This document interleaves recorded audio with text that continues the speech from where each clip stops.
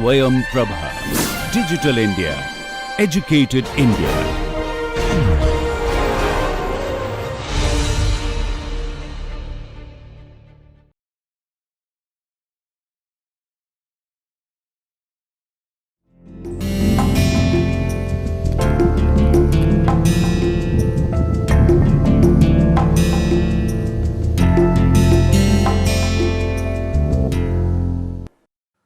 In the previous session, we looked at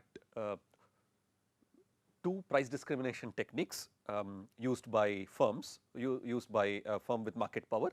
We were sort of presenting it in the context of a monopolist who was using the price discrimination technique to extract surplus from consumers.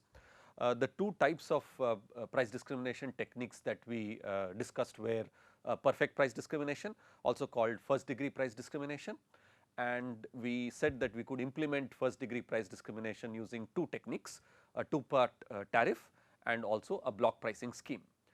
Thereafter, we discussed price discrimination based on observable characteristics, which is third degree price discrimination, and essentially here we said that there are some observable characteristics, for example income, age, education level, which allows the monopolist to divide the consumers into two different groups based on their willingnesses to pay. And within each group the monopolist basically practices uniform pricing, and everyone within each group pays the same price, but prices are different across groups. And here we said that in any group which is very price sensitive, right, where the price elasticity of demand is very high, the monopolist will charge a lower price to that group, and in a group where the price elasticity of demand is low, then the monopolist is going to charge a higher price there. Okay. So, now we want to talk about the second degree price discrimination or price discrimination based on unobservable characteristics. So, now the monopolist knows that there are these two groups, but is not able to divide the consumers based on their income or age or education level, because these are currently not observable. So, just to recall, we want to talk about second degree price discrimination or price discrimination based on unobservable characteristics, and let us just recall that we are dealing with two inverse demand curves. So, which is the H type is 16 minus Q, and for the L type it is 12 minus Q, and the marginal cost of providing the good in each of those markets is 4.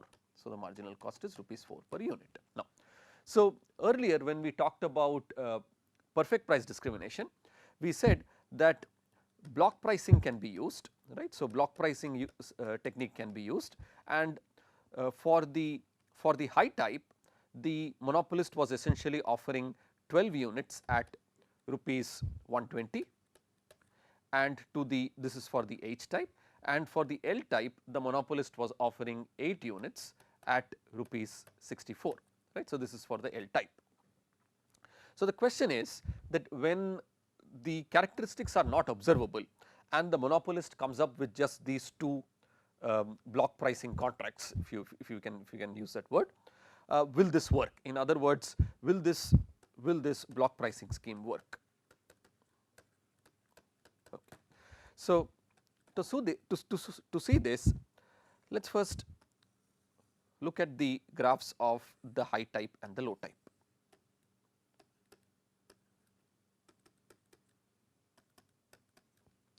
So, this is 16 and 16,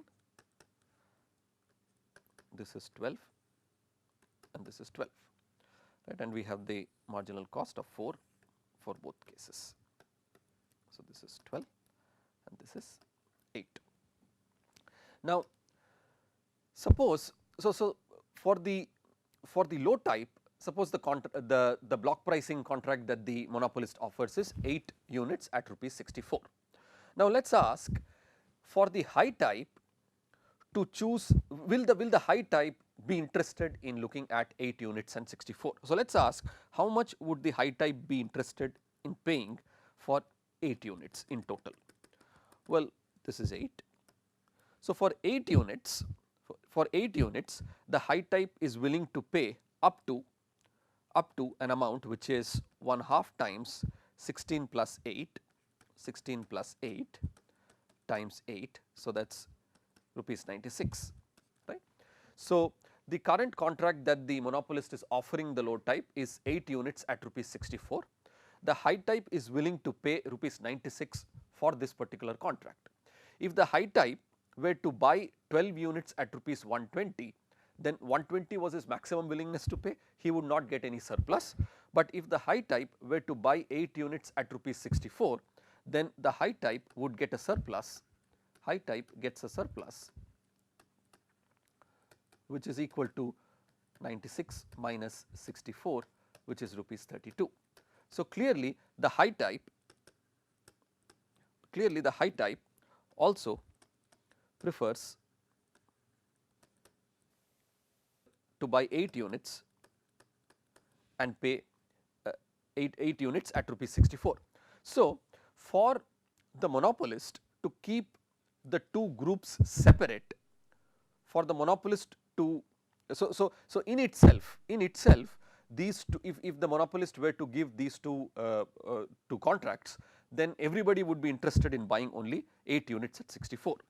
What else can the monopolist now do? Given that the surplus that the high type is going to get is 32, if the monopolist could somehow modify the contract 12, rupees 120 such that this contract also yields a same surplus of 32 to the high type, then the high type would clearly choose to buy the contract which has 12 units, right. For that to happen, if the 12 units were priced at 120 minus 32, because 32 would be the surplus that the monopolist would get. So, that is going to be rupees 88, then the high type would actually choose those 12 units at and pay rupees 88. That would still give him a surplus of 32, which is the surplus that he would get if he were to choose the contract designed for the L type. So, essentially it is possible to it is possible. So, we raised a question, is it possible to have two block pricing contracts which will allow the monopolist to price discriminate between the price discriminate and separate out the two types? Well, it is possible to design a pricing scheme. It is possible to design a pricing scheme so that customers can be separated,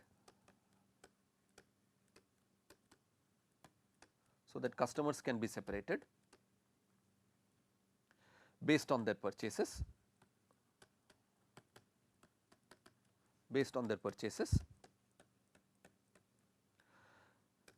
but the only way to do so now is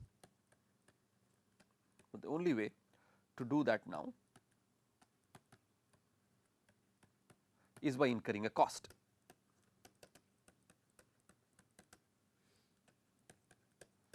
In other words, if the monopolist were to offer 12 units at rupees 88 and 8 units at rupees 64, the H type would choose this and the L type would choose this. Now, notice that the L type has no incentive to choose this contract, because the maximum that the L type would pay for 12 units would be 1/2 times 12 times 12, which is rupees 72, right, and the contract currently says it is asking for 88. So, the L type has no interest to choose this contract. So, the profit of the monopolist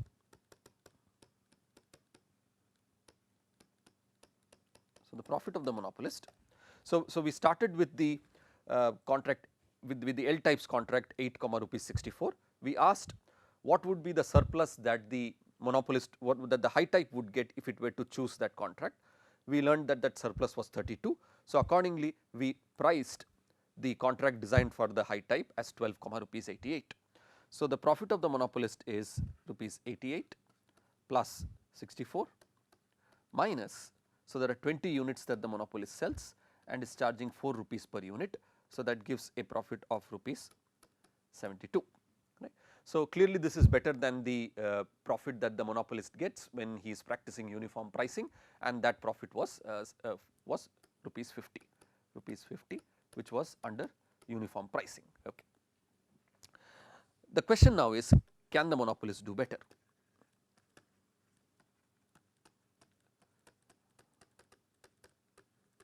Can the monopolist do better than this, right? So, suppose the monopolist decides to reduce the number of units that it offers the L type from 8 to let us say 7. So, let us say the monopolist is reducing the quantity. So, previously I was offering 8 units, now let us say the monopolist is reducing the quantity it is offering to the L type to 7 units. Now, the as per in the block pricing, the maximum willingness to pay for those 7 units is going to be this amount, right. So, what would that amount be? So, for 7 units, the willingness to pay for the L type is 1/2 times 12 plus 5. So, that is 17 times 7. So, that is going to be 1/2 times 12 plus 5 times 7.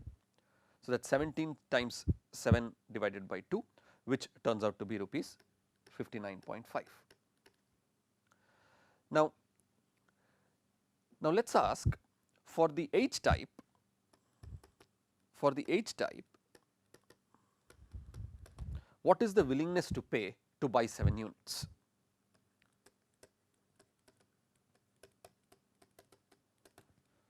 So, if we were to go back to the H type's demand curve, so to buy 7 units, the H type would be interested in paying in total up to this much, right. So, this would be 9. So, the H type would be willing to pay 1/2 times 16 plus 9 times 7. So, that is 1/2 times 25 times 7, which is rupees 87.5. And since the 7 units for the L type are priced at rupees 59.5 and the H type is willing to pay up to 87.5, clearly the H type gets a surplus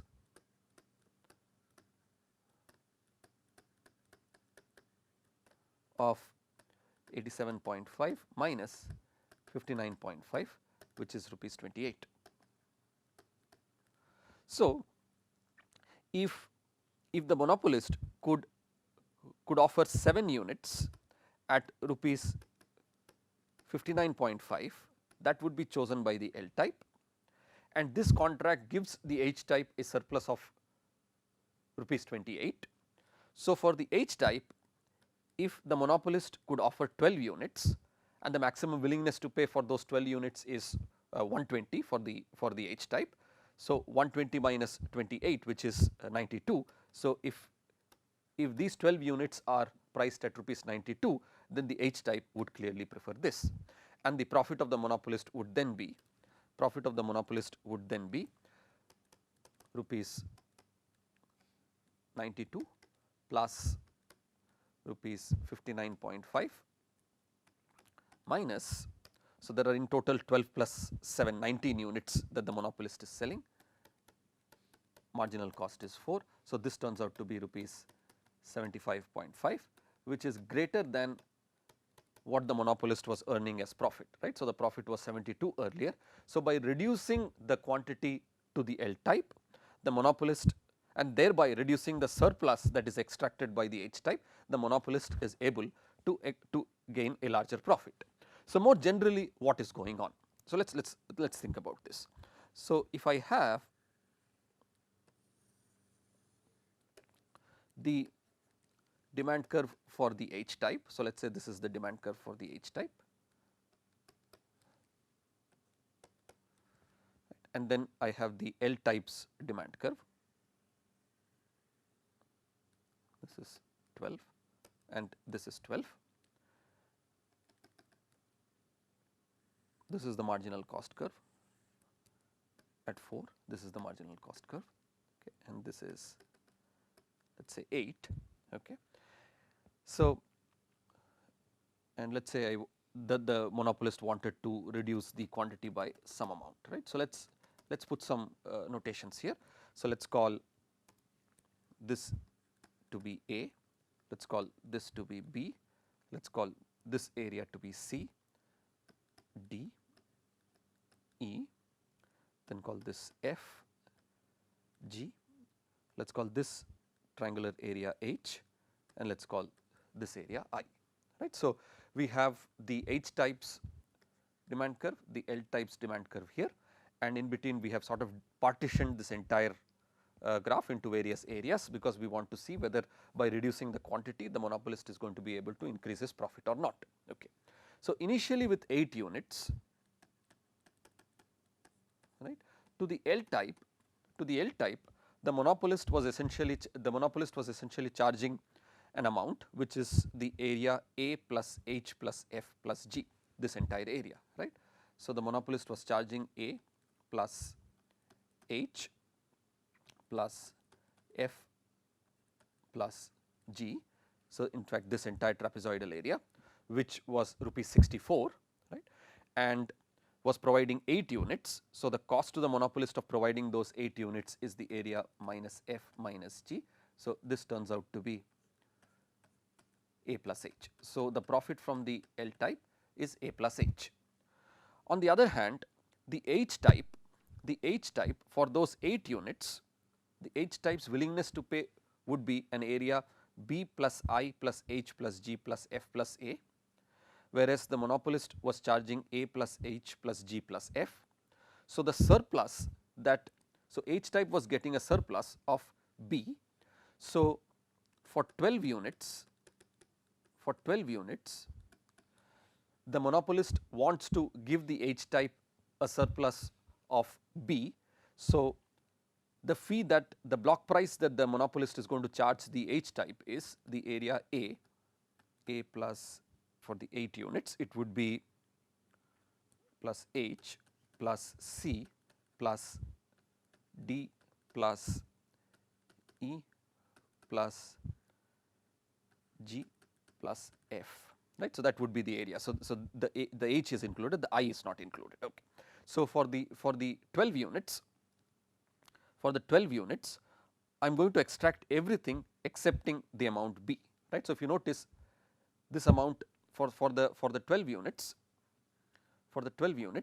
I have extracted everything. So, by reducing the quantity to the L type, in fact by offering 7 units at rupees 59.5 and by offering 12 units at rupees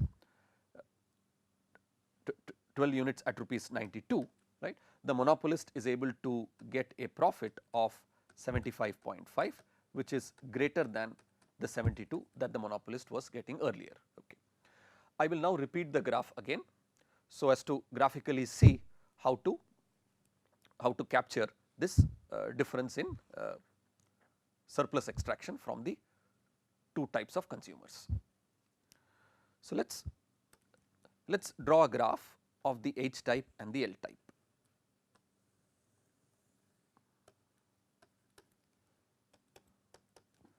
So, this is the H type's demand curve, this is the L type's demand curve.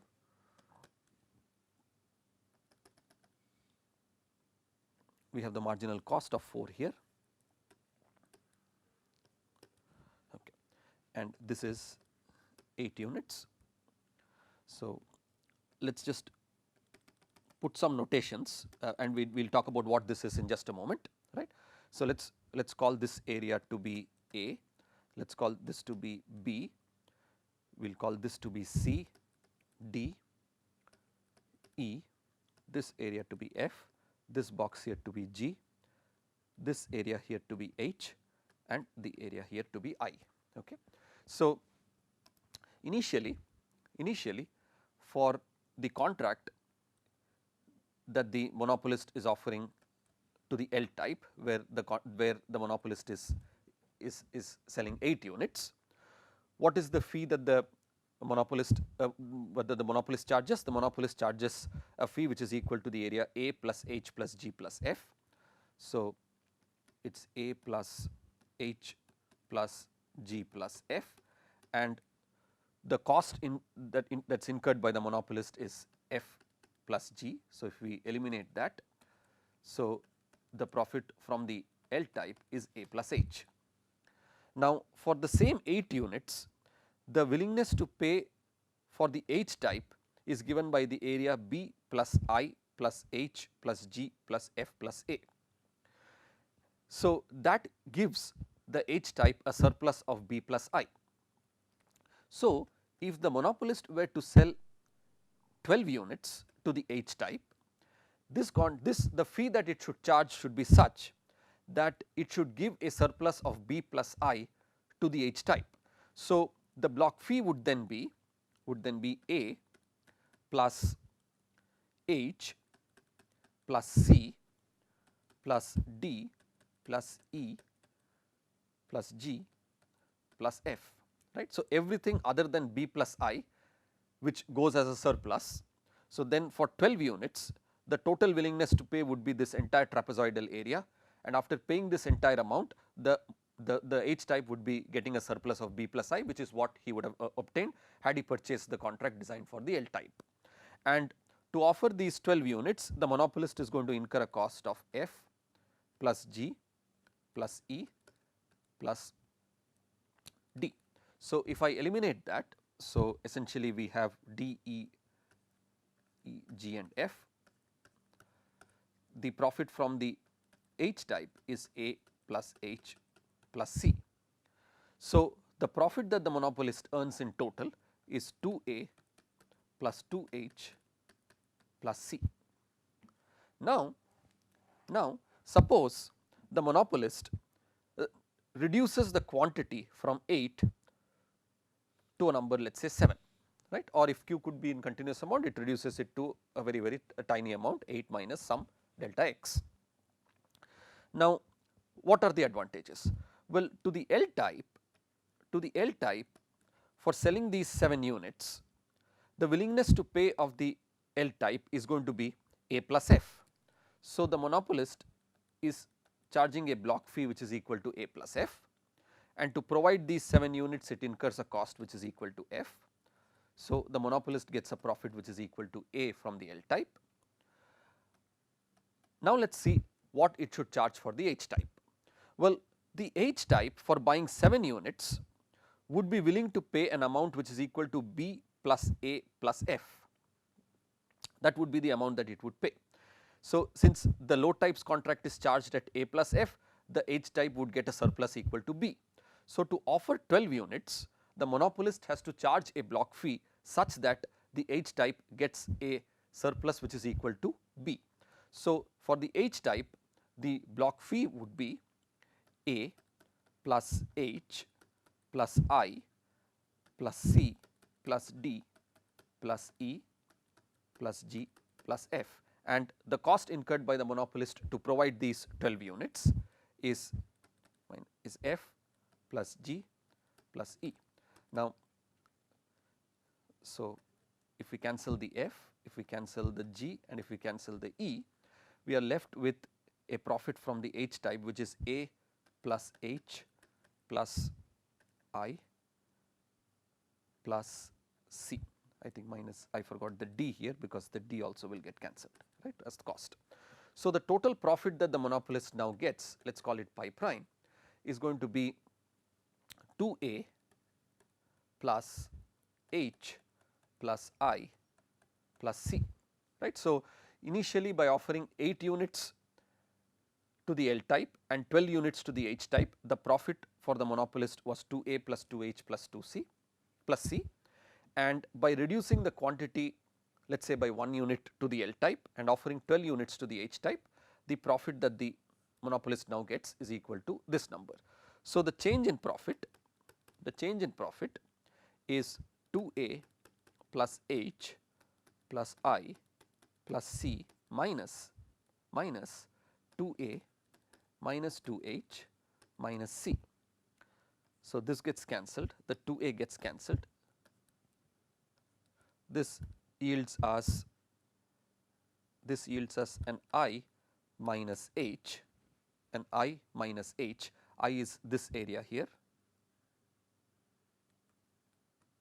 minus the h. Now, clearly in this graph the I is greater than the h, but more generally as long as the I minus h is positive, right, it makes sense for the monopolist to reduce the quantity to the L type, thereby the surplus that it is giving to the H type gets lowered and this increases the profit.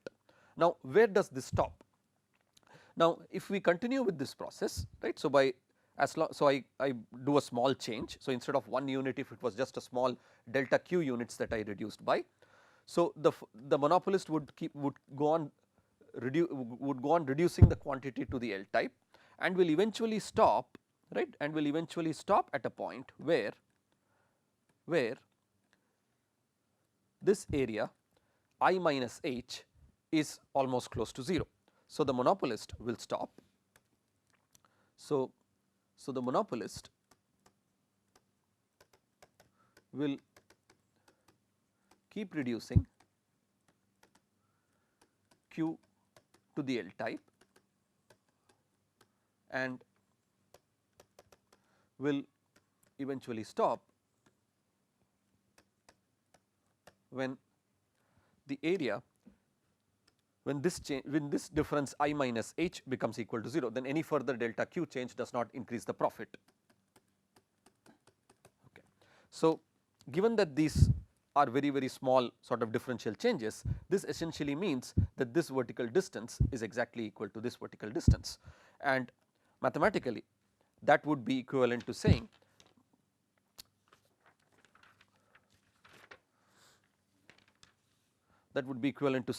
that 16 minus QL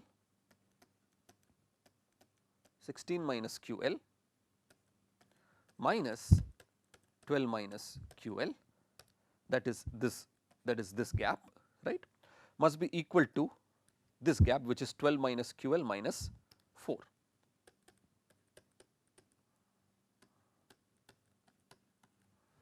So, 4 equals 8 minus QL, which implies that QL star is equal to 4. So, essentially the optimal contract that the monopolist wants to offer the L type is 4 units at a price. So, let us look at how much the L type would be willing to pay for 4 units. So, for 4 units the L type would be willing to pay up to this much, right. So, that will be 1/2 of 12 plus 8, which is 20 times 4, right. So, for 4 units at 1/2 times 12 plus 8 times 4, which is rupees 40, right. So, 4 units at rupees 40 is what would be designed for the L type. Now, for the H type,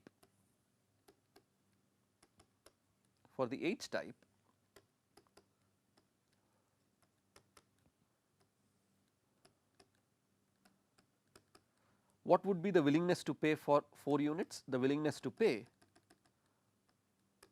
would be 1/2 times 16 plus 12. So, that is 28 times 4.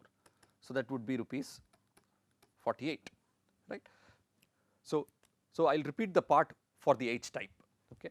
So, the contract for the L type is 4 units at 40. So, let us ask how much the high type would be willing to pay for 4 units. Well, this is the high type's demand curve. So, the high type would be interested in paying 1/2 times 16 plus 12. So, that is 28 times 4. So, that would be rupees 56. So, the high type would be willing to pay up to 56. Well, the contract for the low type requires the only 40 to be paid. So, that gives a surplus of rupees 16 to the high type.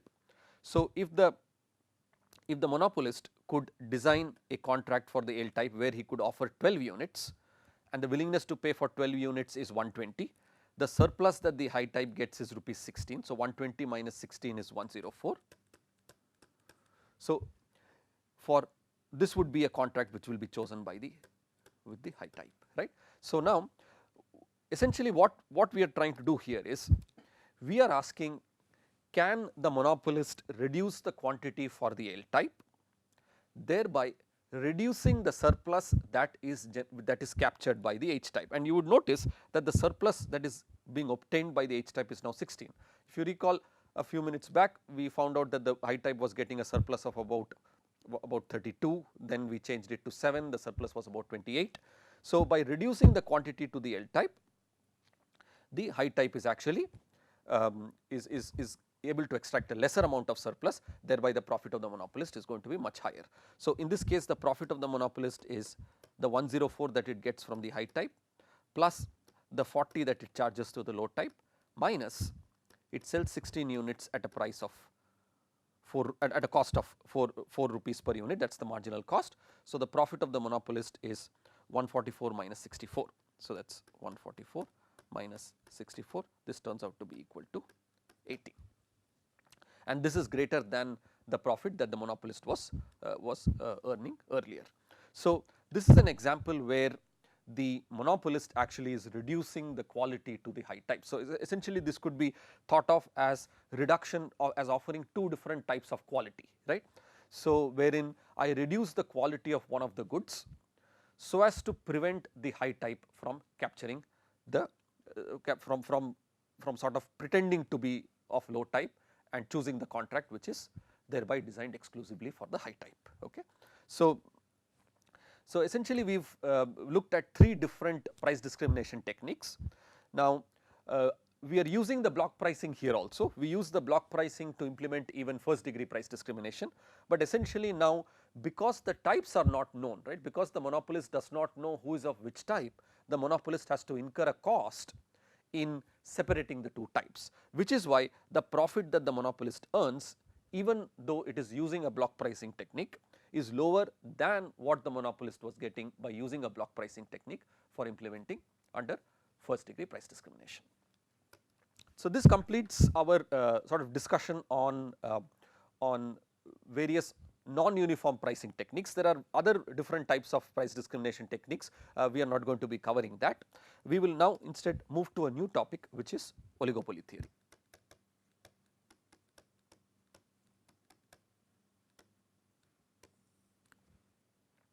And we will start by talking about the very famous Cournot model. So, the Cournot model is a game which involves, so specifically we are going to talk about a Cournot duopoly, right. So, it is a game which involves 2 players, duo means 2, each of whom is choosing the quantity to produce.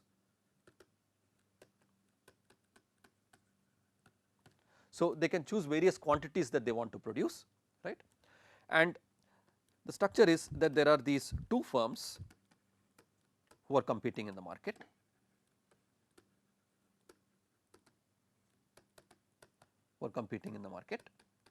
and both these firms are producing identical products, right. So, we are still in the homogeneous goods framework. So, as far as the consumers are concerned, the goods are perfect substitutes, and this game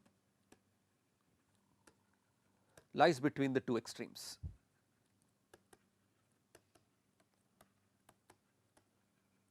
This game lies between the 2 extremes of perfect competition and monopoly.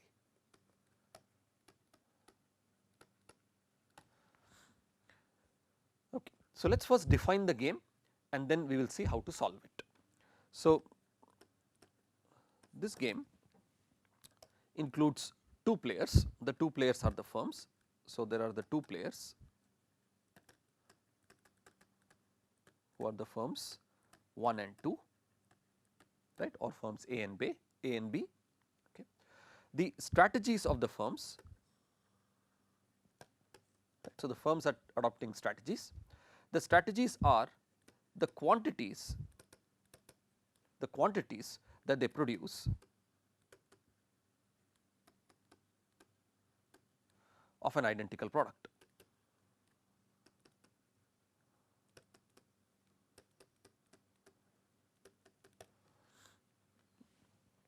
So as far as the consumers are concerned, the goods are perfect substitutes. So the quantity produced by firm 1 could be Q1, the quantity produced by firm 2 could be Q2. Right. Let us suppose that the cost of production of firm 1 is, let us say, C times Q1, and the total cost of production for firm 2 is C times Q2, which essentially means that the marginal cost of firm 1 is equal to the marginal cost of firm 2 is equal to a constant which is equal to C. Okay. Now, the prices are determined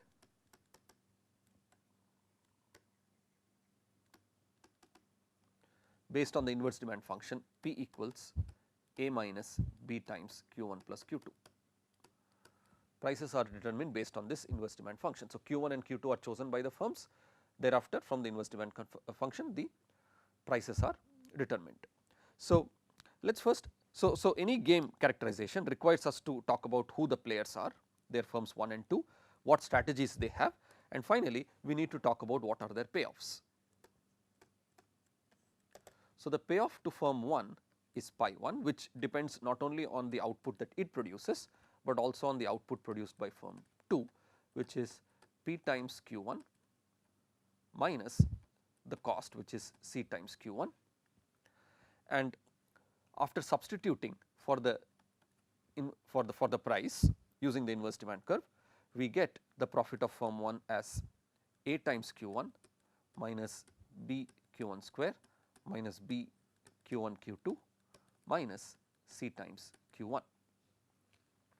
The profit of firm 2 similarly depends not just on the quantity that it produces, but also on the quantity that firm 1 produces.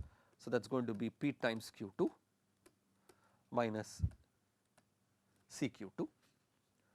So, this is again replacing the P as A minus B times Q1 plus Q2, we would have A times Q2 minus B Q1 Q2 minus B Q2 square minus C times Q2. This is the payoff function of, or the profit function of firm 2. So, we are interested in finding, so we want to find the Nash equilibrium of this game.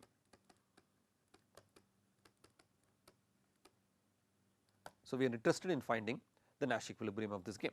Now, to get to the Nash equilibrium of this game, we first need to figure out what are the mutually best responses. So, essentially we need to find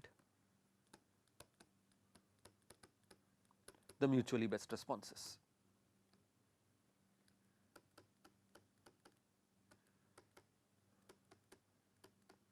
Okay. So, let us just take a moment to understand how to get mutually best responses and solve for Nash equilibrium, right, and then we will come back to this game in just a moment. Okay. So, suppose I have a 2-player game. So, let us say each player has three strategies, and the payoffs can be captured in the form of this payoff matrix.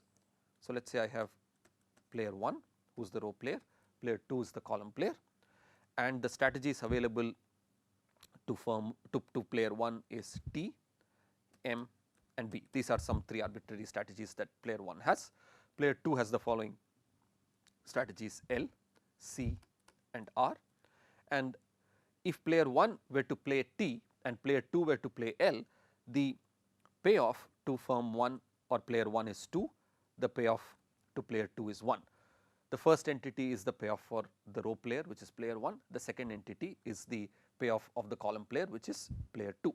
So, similarly for other combinations of strategies of the 2 players, let us say these are the payoffs 1, 1, 1, 1, 1, 0, 0, 1, 2, 0 and 2, 2. So, let us say these are the payoffs. We want to find out the Nash equilibrium. So, we want to find out what are we want to first find out what are the best responses. Okay. So, let us start with player 1. So, if player 1, so we will use B to denote the best response. So, 1 denotes player 1, and if player 2, so we need to ask the best response of player 1 to a strategy choice of player 2. So, let us say the strategy choice of player 2 is to play L. So, if player 2 were to play L, well, by playing T, player 1 gets 2, by playing M, player 1 gets 1, and by playing B, player 1 gets 0. So, clearly the best of that is to play T and get a payoff of 2. So, the best response of player 1 to player 2's choice of L is to play T. Similarly, if what is the best response of player 1 if player 2 were to play C? Well, if player 2 were to play C, then by playing T, player 1 gets 0, by playing M, player 1 gets 1, and by playing B, player 1 gets 2. Clearly 2 is the highest of those. So, the best response of player 1 to player 2's choice of C is to play B, and similarly the best response of firm 1 to player 2's choice of R is comparison between 0, 1 and 2, which are respectively the payoffs obtained by playing T, M and B. Clearly the best choice is to play B and get a profit and get a payoff of 2. So, this is for player 1. Similarly, if we were to do this for player 2, the best response of player 2 to what? If player 1 were to play T, then player 2 essentially is going to get 1 by playing L, 2 by playing C and 3 by playing R. So, clearly 3 is the highest of that. So, the best response of player 2 to player 1's choice of T is to play R. Now, player 2's best response to player 1 playing M is getting 1 by playing L, 1 by playing C, 0 by playing R. So, now there are 2 best responses. Player 2 could either play L or could play C. And finally, the best response of player 2 to player 1's choice of B is to play R, because by playing R, player 2 gets 2, whereas by playing L he would get 1 and 0 by playing C. Now, notice the best response to player 1 of player 2's choice of R is B, and the best response to player 2 of player 1's choice of B is R. So, here we have a pair of mutually best responses, right. So, a pair of mutually best responses, which implies that the Nash equilibrium strategy profile is player 1 plays B and player 2 plays R. So, this would be the Nash equilibrium, right.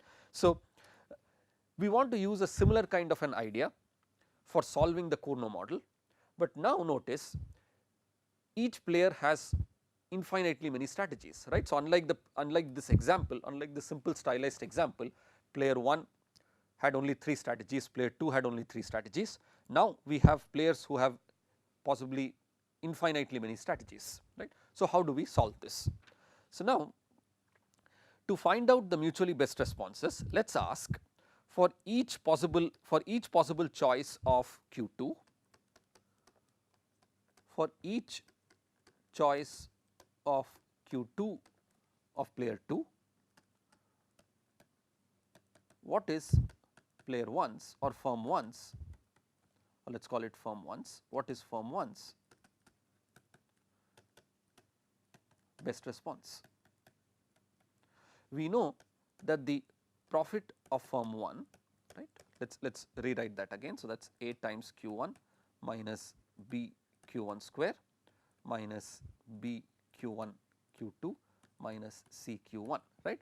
So, essentially firm 1 is going to treat firm 2's choice of Q2 as fixed, right. So, let us say firm 1 believes that firm 2 is going to choose some Q2 which is Q2 bar. What is my best choice of Q1? Well, to get that, we take the derivative of firm 1's profit function with respect to Q1. So, keeping Q2 constant, right. So, that essentially is A minus 2B Q1 minus B Q2 minus C, and we set that to equal 0. Okay. So, this essentially implies that, so if I solve for Q1 as a function of Q2 will be A minus C minus B Q2 divided by 2B.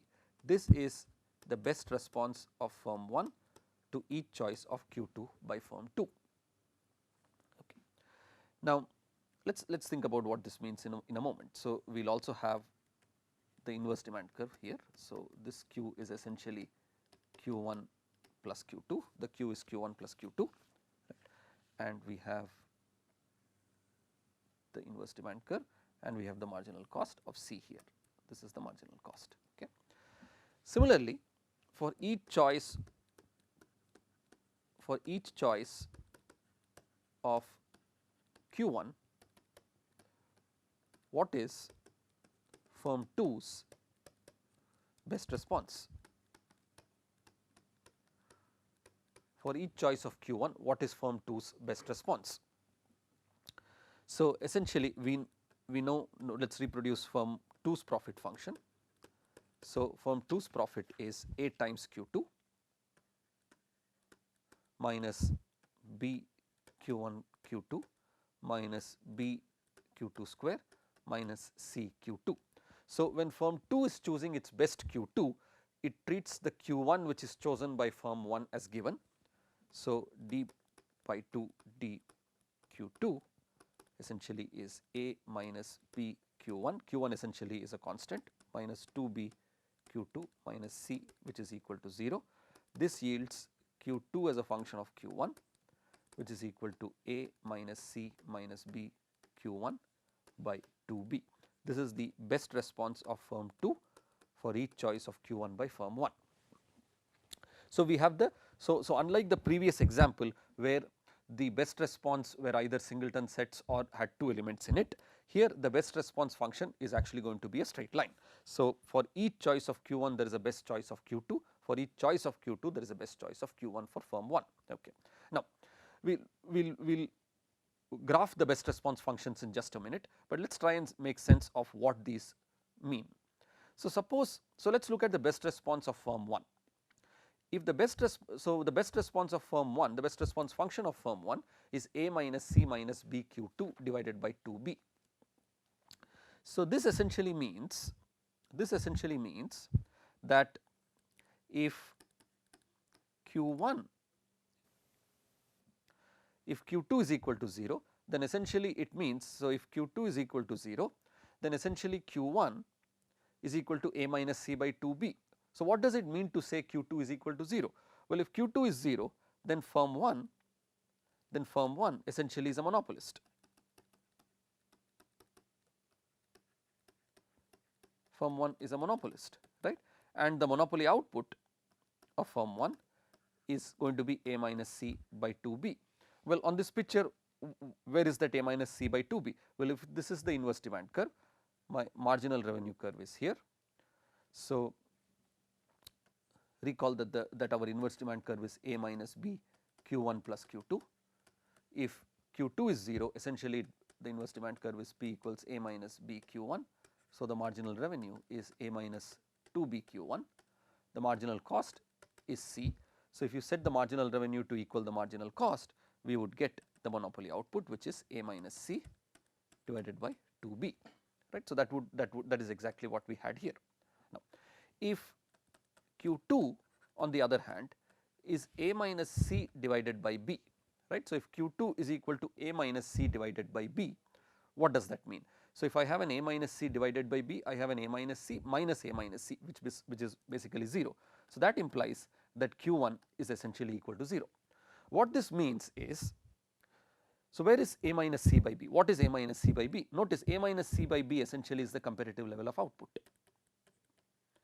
Well, if firm 2 has produced a lot of output and particularly A minus C by B, which means firm 2 has produced so many units that the price has come all the way down to marginal cost, then firm 1 essentially does not want to produce anything, because by producing even a tiny bit more, the price will come down below marginal cost and the firm's profit is going to be negative, right. So, if firm 2 does not produce anything, firm 1 is a monopolist and its output is A minus C by 2B, that also turns out to be its best response. If on the other hand firm 2 is producing the competitive level of output, firm 1 does not produce at all and chooses to produce 0 units of output. An analogous reason exists for firm 2 also. So, let us now graph the best response functions. So, if I look at the best response functions, so this is Q1, this is Q2. So, let us start with the best response function for firm 1, right. So, that is A minus C minus B Q2 by 2B. So, if Q2 is 0, we said firm 1 is a monopolist. So, if Q2 is 0, firm 1 is going to be a monopolist. So, this is A minus C divided by 2B, and this is the monopoly output for firm 1. On the other hand, if Q2 is equal to A minus C by B, then firm 1's output is 0. If Q2 is equal to A minus C by B, so let us say this is A minus C by B, which is the comparative output, firm 1's output is going to be equal to 0. So, this is the best response function for firm 1. So, this is the best response function for firm 1 for each choice of Q2. Similarly, if you look at firm 2's best response function, if Q1 is equal to 0, if Q1 is equal to 0, firm 2's optimal choice is to produce the monopoly outputs. Well, because if firm 1 is not producing anything, firm 2 essentially is a monopolist. So, the monopoly output is going to be A minus C by 2B. So, if firm 1 is not producing anything, firm 2 produces the monopoly output, which is A minus C by 2B. So, we will just say this is Q2M. And when firm 1 is producing A minus C by B, which is when firm 1 is producing the comparative level of output, firm 2's output is going to be equal to 0. So, that is A minus C by B. So, if this is A minus C by B, firm 2's output is going to be 0. So, this is the best response function of firm 2 as a function of firm 1.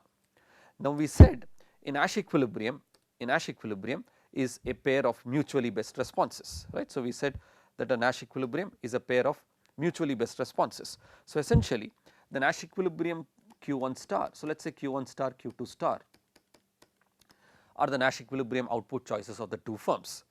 Well, if they are the Nash equilibrium output choices, then Q1 star is a best response to firm 2's choice of Q2 star, and Q2 star is a best response to firm 1's choice of Q1 star. So, this essentially means, so for this to be a Nash equilibrium, Q1 star is a best response to firm 2's choice of Q2 star, and Q2 star is a best response to firm 1's choice of Q1 star. Essentially what this then means is, if I look at the best response functions for the two firms, I have Q1 star equals A minus C minus B Q2 star by 2B,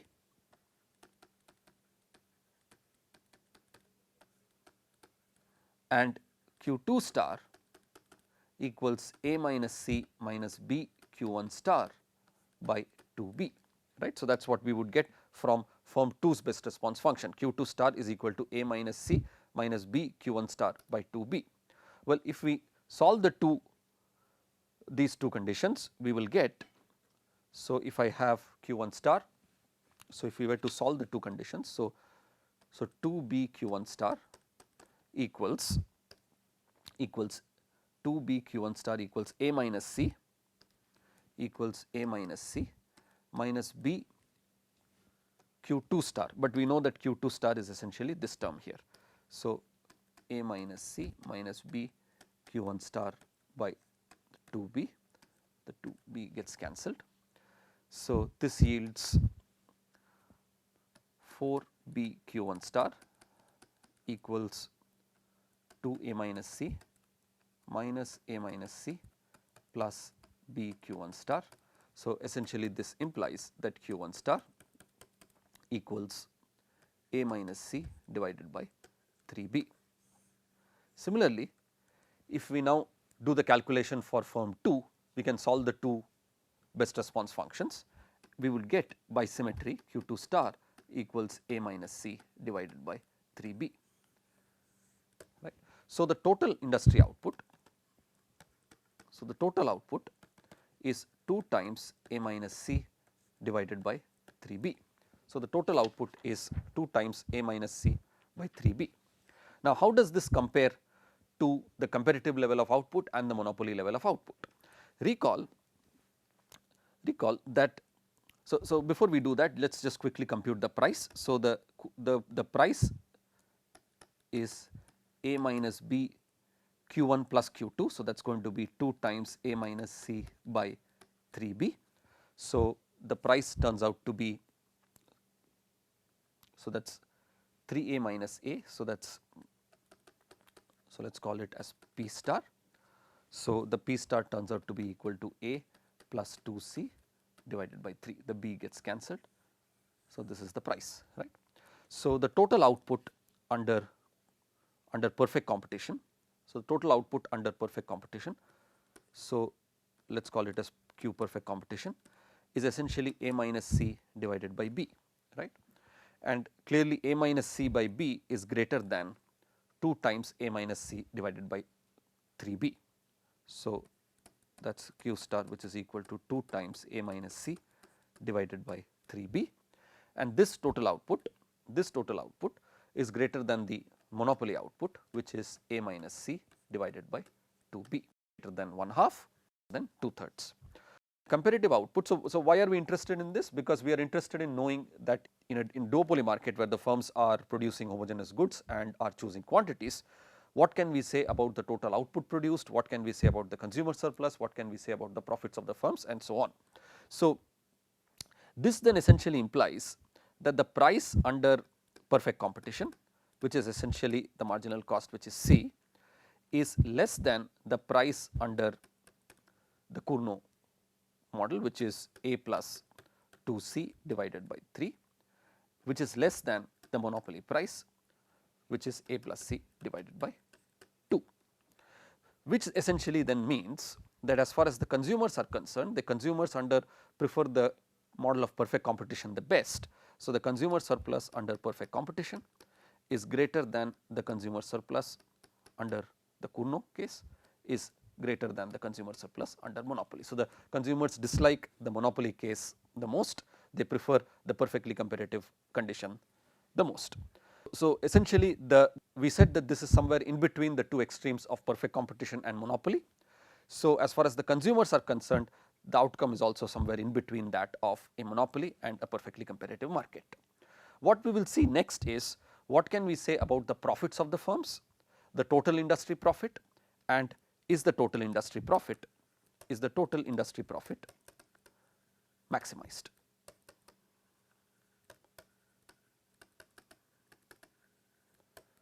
We will do this next. Thank you.